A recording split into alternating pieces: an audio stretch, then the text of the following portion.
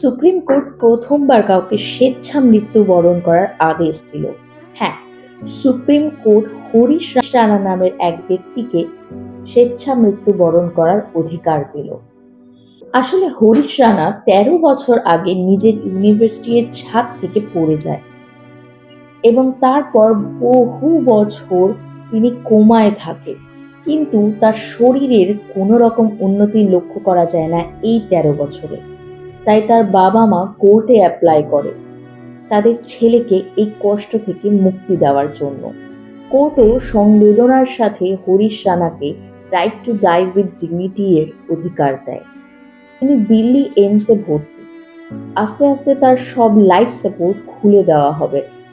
এক বাবা মায়ের চোখের সামনে তার ছেলের এই মৃত্যুবরণ করার দৃশ্য অত্যন্ত কষ্টকর, কিন্তু হরিশের বাবা মায়ের কাছে তাছাড়া আর কোনো অপশন ছিল না।